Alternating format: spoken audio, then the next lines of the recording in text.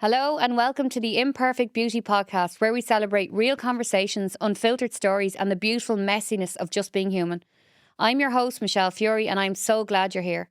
Today, I'm joined by the incredibly talented Claire Garvey, one of Ireland's top couture designers. We talk about all things fashion with a touch of drama. Claire shares her insights on the fashion industry and how being true to oneself is her key to her success. So let's get to it. Claire, you're very welcome. Absolutely delighted to be here. Thanks for asking me. Oh, I was thrilled when he said yes. You're the one person I wanted on the chairs to make sure that I had like everything about you done. Like any question that I ever had, I'd like to ask you. I know it's different being a friend of mine, but I really want to get to know you. Oh, you have this way of nobody can say no to you. You know, when I hear you on the phone, I know I'm going to say yes to whatever it is. So, yeah, it's just one of those things. We'll get Damien to ring you now and ask for half your stock. Oh, God. Shop. I'll be right down maybe not. I love all of your work. Oh, thanks. And you know, I stalk you on Facebook and Instagram, and all of the work that you've done over the last while has been fantastic. But let's get back to the original version of Claire Garvey before she became this supremo in fashion. Okay, tell me about yourself. I was desperately shy in school. I hated school. Really? Yeah, totally shy. And I just wore little fitted dresses when I used to go to the nightclubs. Like, you know, the school clubs. Like the pinafore dresses. The yeah, ones, and I used to look at people who had the confidence to be who they were and wish I had the confidence to be that person. I remember seeing Boy George on television and going, oh my God, people can actually dress like that.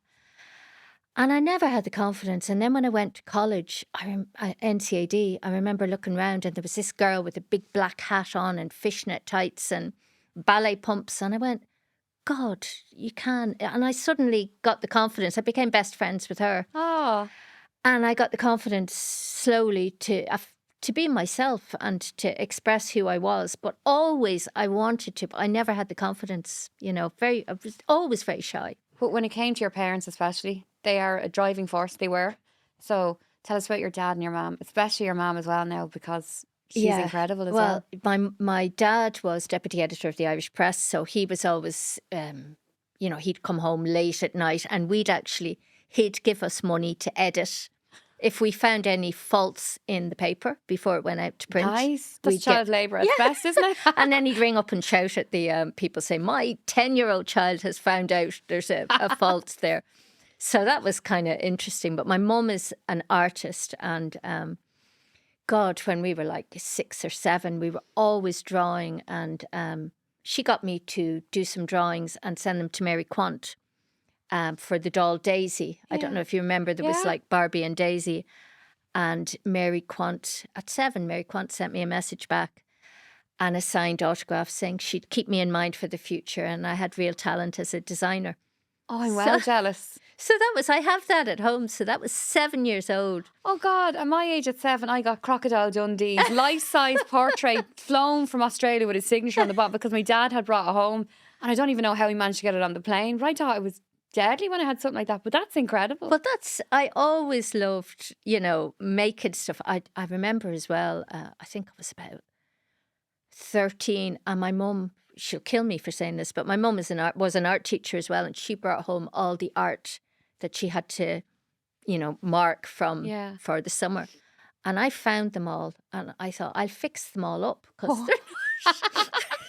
they're not right. Somebody got rate marks now for their exams. This wasn't a big exam or anything, but my mum found me and she went, what the hell are you doing? And I said, oh, I'm just fixing them up.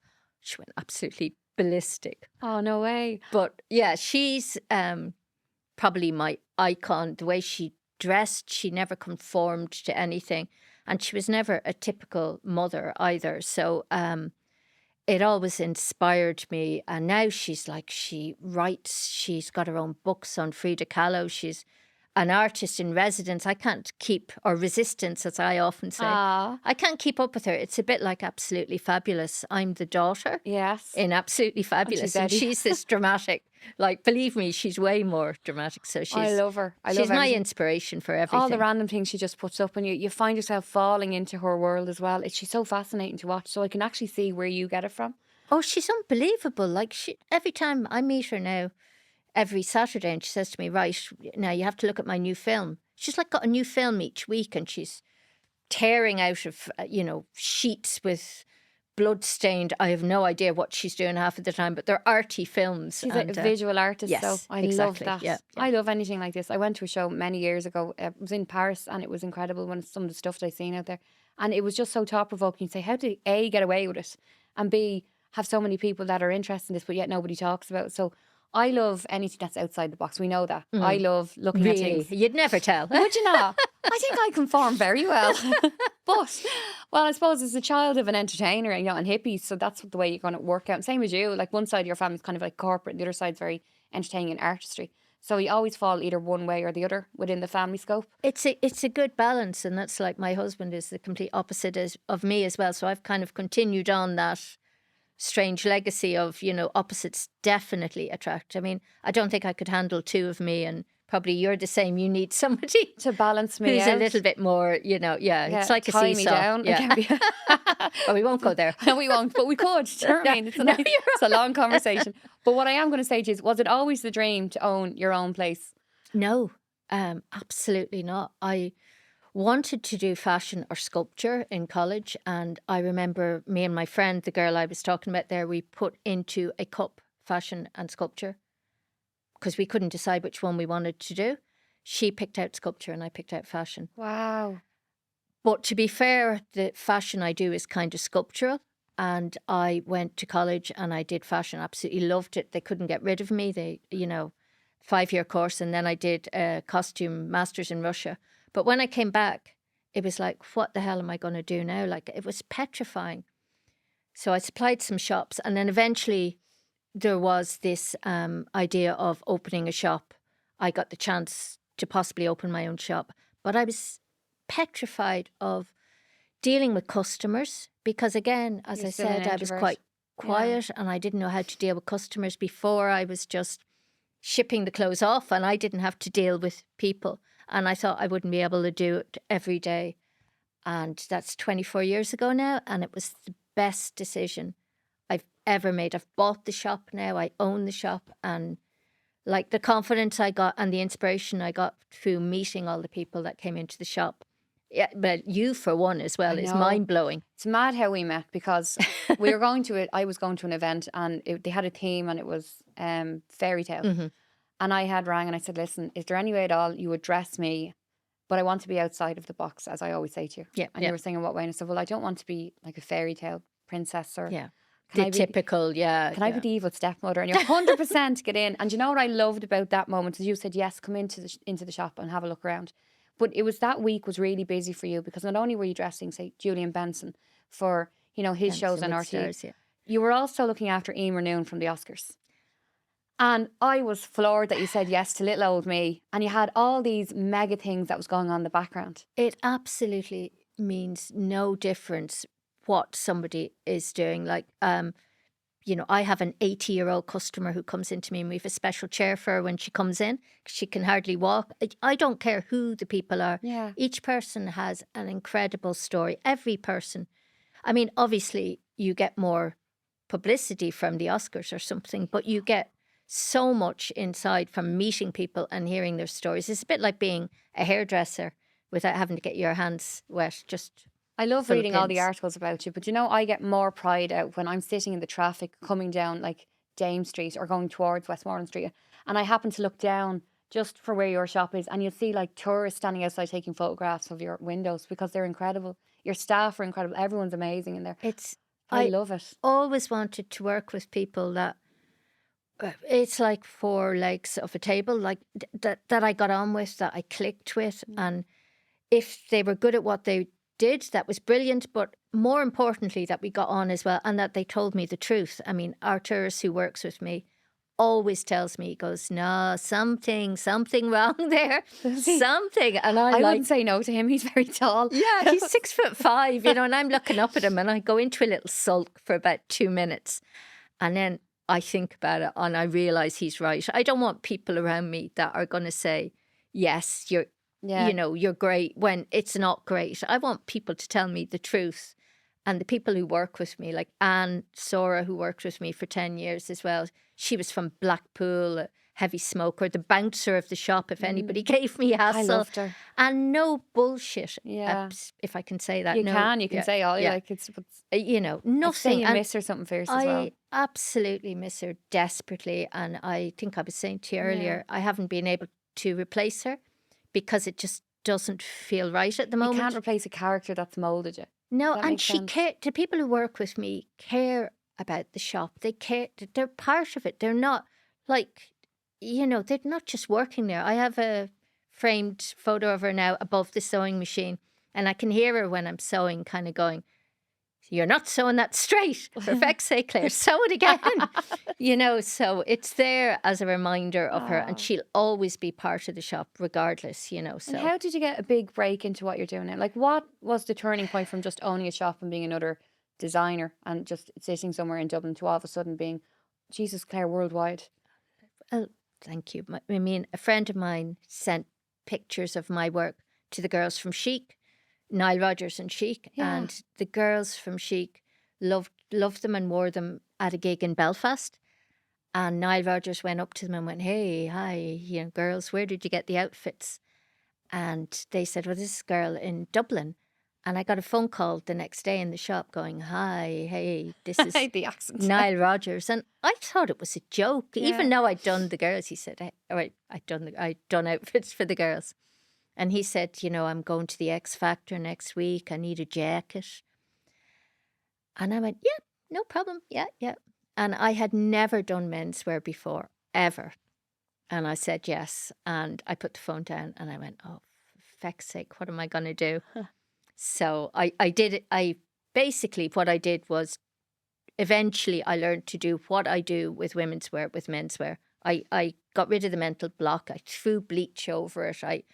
I literally went mental with it. And I was like, what the hell am I doing? And then they flew me over to the X Factor and I saw him and he said, "Oh my God, I love the splash colour on it." And if he'd only known, I'd been thrown bleach. Oh my God. And also I wore an umbrella when I met him, an umbrella dress. So he called me the umbrella girl. So every time I meet him now, I have to make another dress out of umbrellas. Oh, you're joking. Yeah, I'm big into recycling. I so- know you are. I know. Yeah. But what was your inspiration for all this? Like, most people would go into fashion with one set idealism and they'd follow a trend. You've never followed a trend. I don't like the idea. I remember in college there was a particular student who would fly across the world to get fabrics, rolls of fabrics. I didn't like the idea that fashion was exclusive and that you had to buy expensive fabrics to make things. I thought that was a load of rubbish. It shouldn't be about money. It should be about spirit and creativity. It's not and to be defined. It's not. And if I was sitting in a restaurant and I saw cocktail stirrers, I'd think, God, they make a great bodice. So I'd drink lots of cocktails. Bring me That with was- you the next time that happens. That was my excuse, yeah. And then I made a bodice out of cocktail stirrers for a girl who won an award in Vegas, and she was able, and straws, she was able to drink when she won the award out of her bodice. Oh, you're joking me. So, do you know what I mean? I never thought there would be a market for what I do because I always thought people would want mass production, but I just followed my heart and went with what. And the very first customer I had in the shop was somebody who wanted to be a tree for her 21st. I love it. Yeah, so I was just like, you know, And it's tell me me. about the type of people that come into it, apart from weirdos like me. What type of amazing people walk in? I've all people like you, lovely people like you. I love yeah. how you corrected yourself on Yeah. that one. I tell you. I have flashing fairy lights, and when I got the shop, my husband said to me, "Make sure the shop is really minimalist because your clothes are so dramatic." He came in when I was decorating it and he saw me pinning up feathers on the walls and everything. So the fact that the shop looks a certain way attracts certain people. What's that saying about me? But that's a good thing. I had a girl who came in for her wedding dress and I said to her, "Oh, you know, when are you getting married?" And she said, "Oh, God, no." And I said, "Oh, right." She said, No, I just want to have it ready for whenever I meet a guy. And Fair play. I went, "Fine, yeah, grand." I had another lady who met her husband in Chile and we made the dress out of chili peppers. I mean, there's so many different stories. You'd have very shy guys who'd come in, young guys who wanted to put on maybe try a corset and were, Yeah. you know, finding themselves, and you'd Love that. realize you'd pick up on that, and you'd let them try something and just see them becoming themselves and becoming confident. And like, there's no such thing as female and male clothes in my mind. Everything should be for everybody. Yes. You wear what you want. There's no age, there's no size, and that's what I like the shop to be. It's inclusive, hopefully, to everybody, and that's what I try to do. So it's welcome for anybody that wants to come in, as long as they like feathers and I fairy love lights. the fun the minute you walk into the shop. Like, I brought my aunt with me, and she's just she's very reserved in general. Like, but she came out of your shop and she was like, so it was like something had knocked her back into a child. She was like, "Did you see all the skirts? You know, did you see all?" She took any bodice and just stuck it on you. You had 5 skirts on you at once, and then I couldn't find Claire. She was under one of the skirts, and we were laughing at the way she had the reaction with you. She just thought you were something out of Narnia. Like my Aunt Esther, she'd say it as it is, but like, and we were going through a I really loved bad her. time at the time because my other aunt had died and she had cared for her. And then when I brought her down to Cowes Lane and we went into Queen of Tarts next door, and I was like, let's pop in and see if we can get you out. Like, and obviously you couldn't leave, but you pulled me in then to talk about like what I wanted in the future. I never ended up going. I will next year. I'll put it on my plan for next year. Well, here's to that for next year. We'll manifest it for next Oh, we year. will. Massive big heads, our headbands. What I don't know what you want. Headpieces and Huge headpieces. Yeah. Well, like, so. yeah. But you dressed me up on a day that would have been the most loneliest day for most people on Valentine's. So me and my aunt decided to spend it together because my birthday as well. Not long, God bless us, after Aunt Zora had passed away. And you had put me in a dress in the middle of Cowes Lane. Yeah, you had your own walking down the catwalk. street, and everyone looking at me in this fabulous red Claire Garvey creation. I think you got proposed to twice or something, didn't you? God bless us, yeah, the homeless. I was doing well on Valentine's. So anyone that's watching this podcast, if you want to get proposed to, Claire Garvey shop. That's it. You don't need Tinder. You just come into me, put on the clothes, go down Temple Bar, and you're grand. Swipe right, off you go into Claire's. Yeah. I love it. Everything about your shop, even at Christmas, just the idea of walking past it's so magical. But for me, it's different because I know the person that creates that magic on the inside. And I have nothing but pride every time I see it. Like, you've just done Junk Couture. I love, it was always a dream of mine to judge Junk Couture because basically that's kind of what I do. And seeing all kids from 11 years old to 17-year-old creating things out of nothing and then modelling them themselves. Some kids who are really shy or maybe have autism, ADHD, whatever, or trans, going through, you know, and to see those kids shine on stage, it absolutely melts my heart. And it's not just genuinely about the winning, it's seeing them all connecting and they're all buzzing and they're taking TikToks and they're filming and they're having fun. And that to me gives me so much inspiration. It, like somebody said, oh, you must be an inspiration to them, but it's not. I'm inspired by all of them. I look at them and go, my God, I'll be out of a job. They're so brilliant. And I take some of them on work experience as well. And they're just, I love doing it. It's phenomenal just to see young people coming up and nobody being perfect, imperfect and not being beauty. turned away. Yeah, exactly. And modelling their own pieces and seeing them the first time, I was saying earlier, that they're very nervous. And then the second time out, there was a guy who was wearing a dress for the first time and he was so nervous the first time he went out and his headpiece fell off. And Bless. we had a chat with him afterwards, myself and Marius, who was one of the other judges, who's also a drag Artist, performer and a designer, and just said to him, look, just enjoy it. And the second time he went out, and he got through to the finals then. And we were so proud of him. You know, you really do care for them. I swear to God, it's not a job. But you do inspire people. But apart from all the amazing people you do walk in your door, is there anyone that you wouldn't work with? Or, now you don't have to say any names. You can tell me when a drink over you later on. But is there anyone out there that you found that really difficult to work with in general? In the industry especially, because we know how the industry is. You know? I think there are certain, and it's usually Irish socialites maybe that expect everything for free. It's not the people like Nile Rodgers and people like that paid for everything. Yes. People who are really big celebrities tend to, it's people the who have entitled notions. And I don't mean that in a bad. No. I mean, you could name people. We're not going to, but like. And those people, and then they will borrow, they would have borrowed, I don't lend stuff now, I rent everything.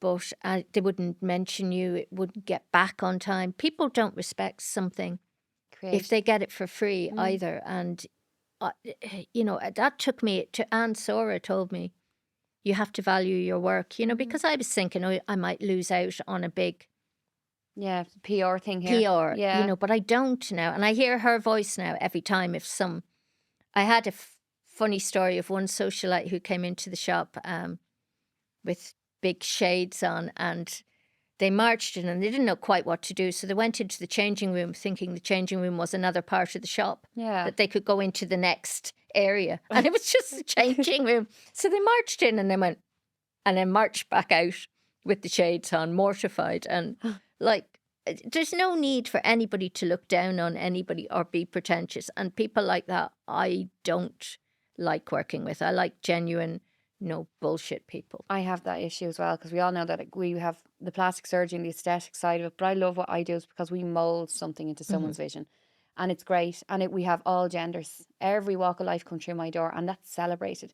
I cannot stand these influencers who are young TikTokers that decide that because they haven't got anything to give to society, or that they just get a few freebies because they're online mentioning the latest brand of this, that and the other, that they're entitled to so much and to film whatever they want. And, and it's degrading to see how people have had a career all their lives, worked really well, and then all of a sudden then get stashed by somebody coming in with an idea of what they should be because you didn't put them in front of a queue of people, or on a pedestal, that you should be belittled. That way. So I was doing a dress for a socialite for a wedding, and I've done lots of them, so I don't, and I don't have to name, obviously, but her friend who was the bridesmaid came into me afterwards, after the fitting, and said, I just want to find out what the bride's waist measurement is to see if my waist is smaller. Fair play. I did on the same. I wouldn't give it. And I went, no, I'm sorry, I do not give that information. A sneaky dog, Claire. I know, but I just wouldn't, so. Would you not even just given a little bit of a lie? She's a size 24-inch waist. I would have probably I would have lied the other way and said the bridesmaids was bigger, if I had to. There's no competition. I hate people being in competition with each other. People looking down on each other, especially for their style. I dress the way I do, I suppose, because you can't really compare me to, No. It's just, I feel comfortable in the way. I don't even own a pair of trousers. I give you a laugh, and Damien will back this up. I have jeans. I feel uncomfortable in jeans. You know, I wear runners if I'm running from one place to another, but I always wear real feminine clothes. Something that fits my style, and I've exceptionally long legs, so when I wear a dress, everything's going to be shorter than normal. But I shop in high-end stores like Zara and stuff like this. And the only reason I go in there now, I boycotted them obviously for a good while. Yeah. But I went back into them and I started buying some of their tops. And it was just that I needed to update the wardrobe. But I found that since I went back into them, I'm actually hating their sizing on everything because my legs are so long. I can't get anything to fit my length leg. You have to find, I found an amazing tailor. I should have rang it and told you about.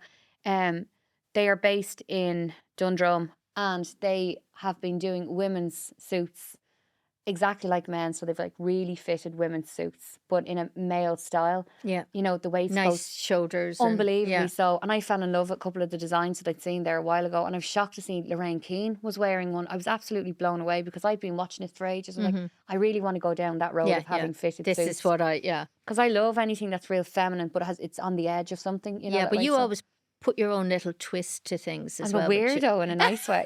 You have to be weird in this industry. No, we're both weird, and weird is good, as I said, in this industry. Sci-fi freaks and weirdness. I just love anything to do. But costume design and stuff like this is where I absolutely get floored by you.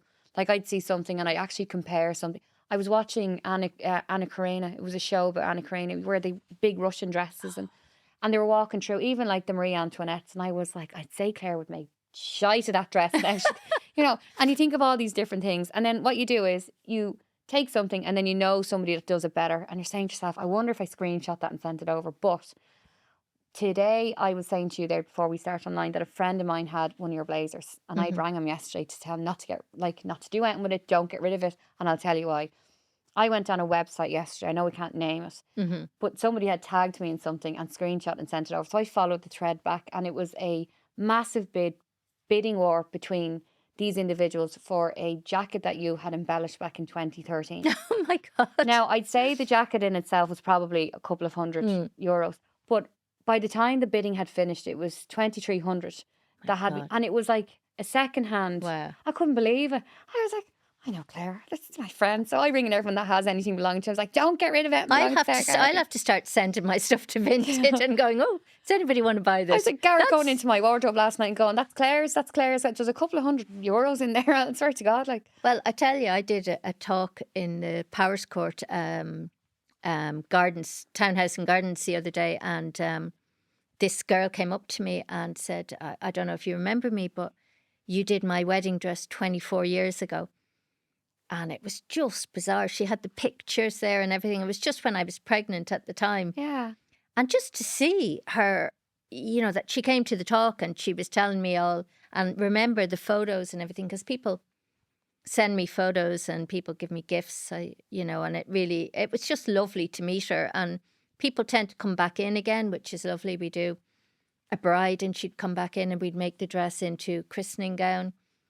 And then other bits of the dress we'd make into the communion dress. So it becomes a full tradition. Yeah, and a whole story with people as well. So that really means a lot to me when you see people and you see outfits that you've done so many years ago.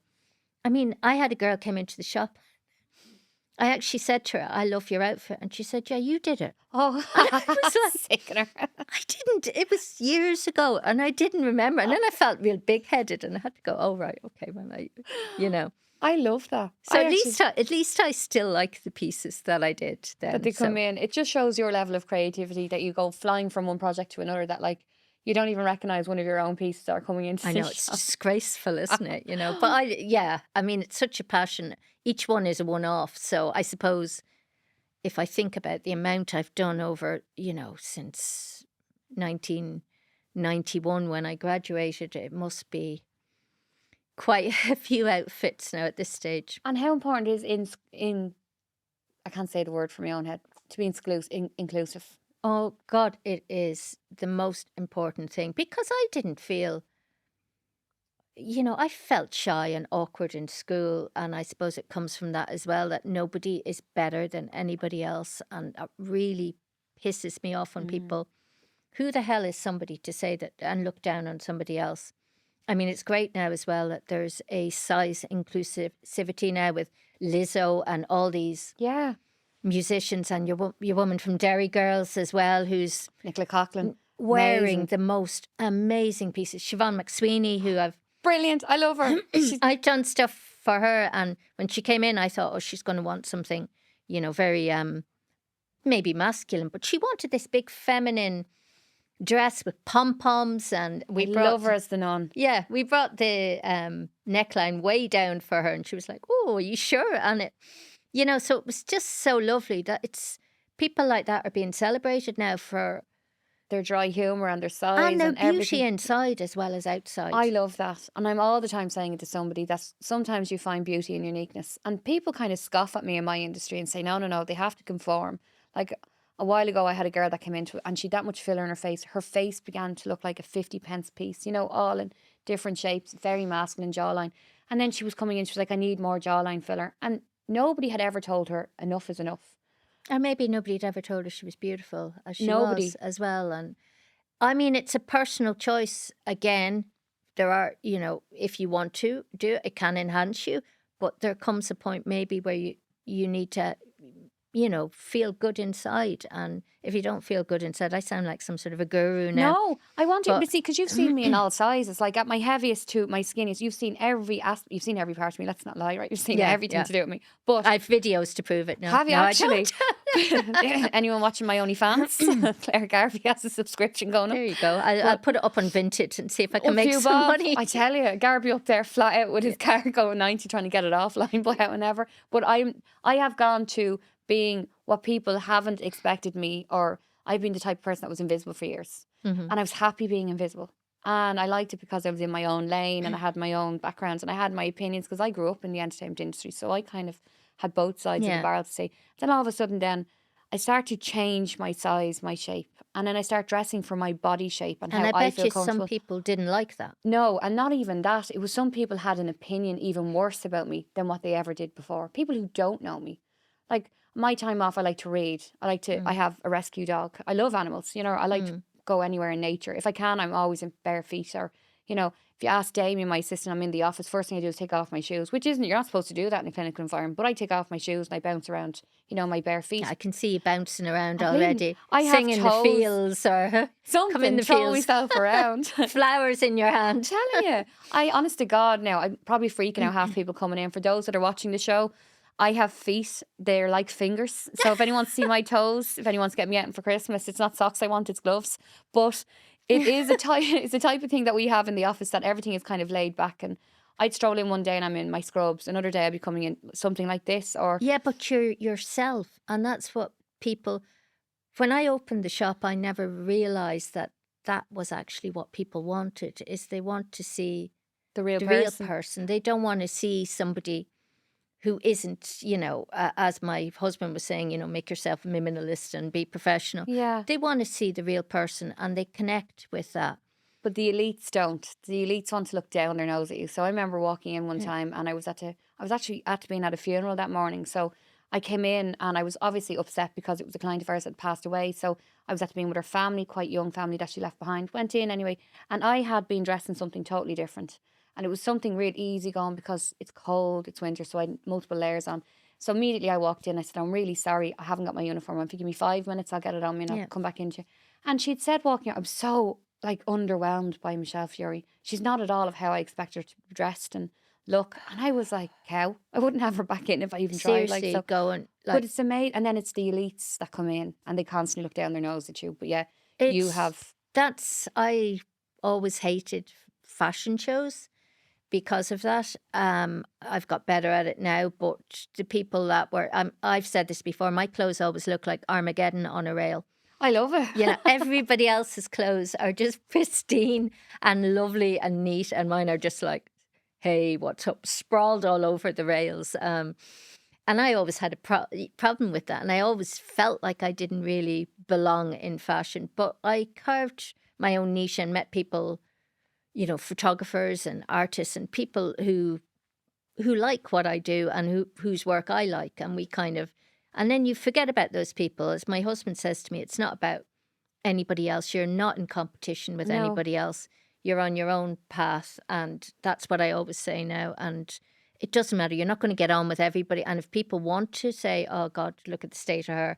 You know, somebody said to me, my God, you've been wearing your hair like that for 30 years. What the hell? Handy, isn't it? You should have said it. Handy out. Yeah, but like I like it and I kind of change them, you know, but that's everybody's. Fact them, Claire. It's not their hair. They're not wearing it. Get over themselves. Everybody's entitled to their own. It's funny, one day I was on the bus and I had my hair in the bag and I was going down the stairs of the bus and of course the bag broke and my hair rolled down the stairs. I love it. You just see everybody in the morning watching this almost like somebody's scalp going. And I ran down the stairs, kind of put it in my bag again. And yeah. So all you do is put a smile on your face. You made someone's morning anyway. So if something like that happened to me, I'd laugh and pick it up with you. You know, it's the only way you do it. Yeah, it's you know, it's part. You've worked with loads of big names as well, so I've known that. But I have to say, you need to know this. You're like the Christmas morning effect. You know when you hear you're doing something and you're waiting with bated breath for something to come out. Like I was floored by Eímear Noone that time when she came out with the jacket. I thought, oh my God, first ever female conductor. Oh yeah, for the Oscars. And you dressed her and I was like, oh, it was so and many other times obviously that you've dressed her since. But I was like, every time I'm hearing that you're doing something particular, I'm waiting on it to happen. And it's like, I'm not being funny. You should be sponsoring the Eurovision. Because I think you should be right up there doing all the costumes for every country going because, okay, some of them are really amazing. And then other than come out and I'm underwhelmed. Like some of them, they need a bang of like they definitely need a bit of Garvey attitude. Nobody understands what it's like to see like somebody that you know has such creativity. But of all the big names you've worked with, has anyone ever floored you? Any occasion? I suppose with Eímear Noone with the Oscars, I was working on her jacket for it and I thought, look, I'll put a pocket in it. I hate putting pockets in things because it's such work, and I'm technically not the best. I've got way better, but Anne usually works on that. But I put the pocket in it for her, and she came in and she said, "You put a pocket in it," and she started crying. Oh, And basically, her dad, 20 years ago, had given her this hideous dress and said to her, "Look, if you ever get to the Oscars, you have to wear this." And he had died recently. oh, bless. And she said, "Now I can take a swatch of that dress and Bring put it it to in the the pocket Oscars." for the Oscars." So I in never the knew that. Oscars, she was performing with that little pocket, tiny little pocket with a swatch of the dress. And that floored me that we had kind of created a special moment together, but not knowing that it would have been something Oh, I like want to that. cry. That's fabulous. So the other one was this lady came into me, and she was 8 months pregnant and the baby had died Oh, bless her. inside, and she wanted me to create a christening gown for the child. So that really floored me. Yeah, as a mother, it would. And we created the christening robe and did an embroidered hat for her as well. And so things like that floor me in different ways, that there's things you don't expect. Obviously, I couldn't charge her for it. Like, there was no way, in the end, it just was, it was a pleasure and an honour Oh. to do it for her. And we have another woman who has her funeral outfit from us. So she's waiting for the day. I'm going to put that on my list. Yes, she's like, she has it all hanging up in the cupboard and instructions. So I'm going to do that, long I'd be like a velvet. fabulous, I don't know, feathery thing on me. Well, that's what I said to my husband. If I die, you can line up all the sculpt head pieces on top of it. Give Which one one? to everybody as a frisbee. So That's like that. There was a program out years ago. It was The Wizard of Oz, but it was the second one that came out. Something of Oz it was, and the witch had different heads on different mirrored backgrounds. I must find it and send you. You'd actually love that movie. that It's sounds so weird. I haven't seen it actually. It's out years. I think since the 80s. I can't think. It was the second part of Wizard to Oz, where she went back to Oz many years later, and this witch had took over in Oz. But she'd all these mirrored rooms, and they all had like mannequin heads, but they were real heads. Her face, different colour hair, and everything else. This, so she'd change her head every day. That's what reminded Oh me my of. God. Now. Well, that's what I've always said. If anybody ever invents liposuction for the shower, I keep saying to my husband, always wants to be an inventor. I say, you get up in the morning and you can just take a little bit off and put it somewhere else. And each day you can do something different. Just technically, you could actually do that if you were crap at singing and got into the shower. The shower would actually scald the skin off you, so you could be a fresh new person every day. I know that for a fact on my own giving. Yeah. What are you working on now? I'm working away on stuff at the moment for something special as well. I can't really. I don't know. Yeah, you know me. You'll find out eventually. But there's so many projects that I'm working on. I'm almost like a little juggler that I'm juggling 20 things. But I love doing fashion shows here in Ireland as well, because I get to meet people, and I'm more confident without hopefully being arrogant, but confident. You're so. not. Just even by what you're wearing. Tell me actually what you're wearing. By Claire Garvey. This is one of my little jackets. I'm obsessed with Frida Kahlo. I know. So it's kind of a PVC jacket with little Viva Frida on. You'll see the back of it has a whole load of... Yeah, I've seen it on the back. And just a little apron dress that I kind of work... I work wearing these things. I remember these Americans came into me and they said to me, "Oh my God, and you have to dress up like that every day when you go to work." Yeah, I work for Applebee's, love. Yeah. Jesus Christ. I was like, well, I dress like this every day. And to be fair, they'd be used to Hooters and all that place. So Yeah, I suppose they came out with all sorts. But the boots are probably inspired by Arthur. They're a new purchase of mine. I thought I love them. I'd be a little bit tougher. I like hard and soft together. I've had Americans also come into the shop, and they've said to me, "How much will it cost me to get my fortune read here?" And I'm like, what the hell? And also, when I was in Russia, when I studied in Russia, people used to go tsigan, and I never knew what it meant. And like, women would walk past me and go tsigan, and it's actually gypsy. And I got arrested. I can see that in you. I got arrested in Russia, and I was going to college with a drunk guy that got arrested as well. And we were brought to the station because I didn't have papers on me, and they thought I was a tsigan, a gypsy. And I had to say, "Yenna Pony Mayat, I'm Irish, So my tutor, I had to ring my tutor, and she had to come and get me from the station and tell him that I wasn't a gypsy, that I was actually just a bit weird. I love that about you. I actually love that about. I could actually see that happening. I know, I couldn't believe it. But Like, it is marched a off. gypsy-inspired look, even with the headpiece at the moment. You can see a Russian doll in it. You can see it. Yeah, it probably is. I mean, the very first time I did these headpieces was in Russia, and they're inspired by the Russian Kokoshniks. So basically, it was so cold at night in Russia, and you weren't able to go out. So I sat there making hairpieces for myself. So, I mean, that was the very first one that I ever made. And I loved Russia. Russian people are quite like Irish people. I know these days there's a lot of stuff going on, but people are people, Claire. yeah, they love Everyone's drink, human. and we lived on the 13th floor of an Общежитие student accommodation. So by the time you got up to the 13th floor, you'd meet people on the second floor, and they'd say, come in, have a vodka. I love it. You go to the 4th floor, come in, have a vodka. So By the time you got to the 13th, you were well oiled. yes, exactly. I love that. So what are you going to give advice-wise to anyone watching this podcast, or just in general, if somebody young came up and just said to you, listen, I really want to go into fashion, what would you tell them to do and not to be deterred by? I'd say don't listen to anybody who says to you, you have to do mass production or you have to do things a certain way. I was told that when I started, you'll never survive. People gave the shop, I think, a year, and I heard that from people, Trust yourself, your intuition, and do what you want to do. Genuinely you're not, as I said, in competition with anybody. This is your journey. Stop looking at other people and saying, oh my God, they're doing so well. It's not about them.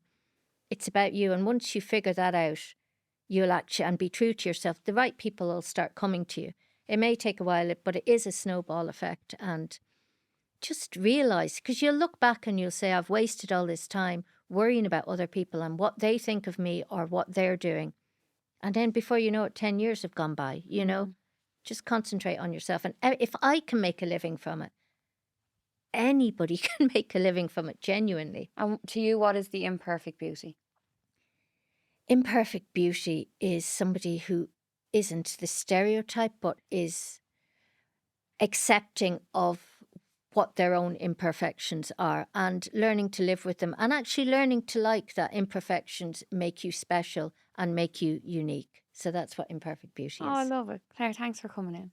Oh, absolute I pleasure. love you more now for doing that. Yeah. So we'll have a drink later. We will on the phone. Yeah. Are you watching More of the Worlds? I am. Yeah, So there you go. We'll chink to a drink later. we will, Yeah. definitely. I will be in the shop very soon, I promise. Brilliant. I'll get you into another corset. Why will you try and get Esther into something this time, because she's nuts. But listen, thank you so much for coming on to the Imperfect Beauty Podcast. Absolute pleasure. Thanks again. And that's a wrap on this episode of The Imperfect Beauty. A huge thank you to my guest, Claire Garvey, for such an open and honest chat. If you've enjoyed this episode, please do me a favour. Like, share, subscribe and leave a review. It helps so much more than you know, and it means I can keep bringing you more real conversations just like this one. You can follow us on our socials for updates, behind the scenes and upcoming guests. Thanks for joining me, and remember, imperfect is beautiful. Until next time, take care.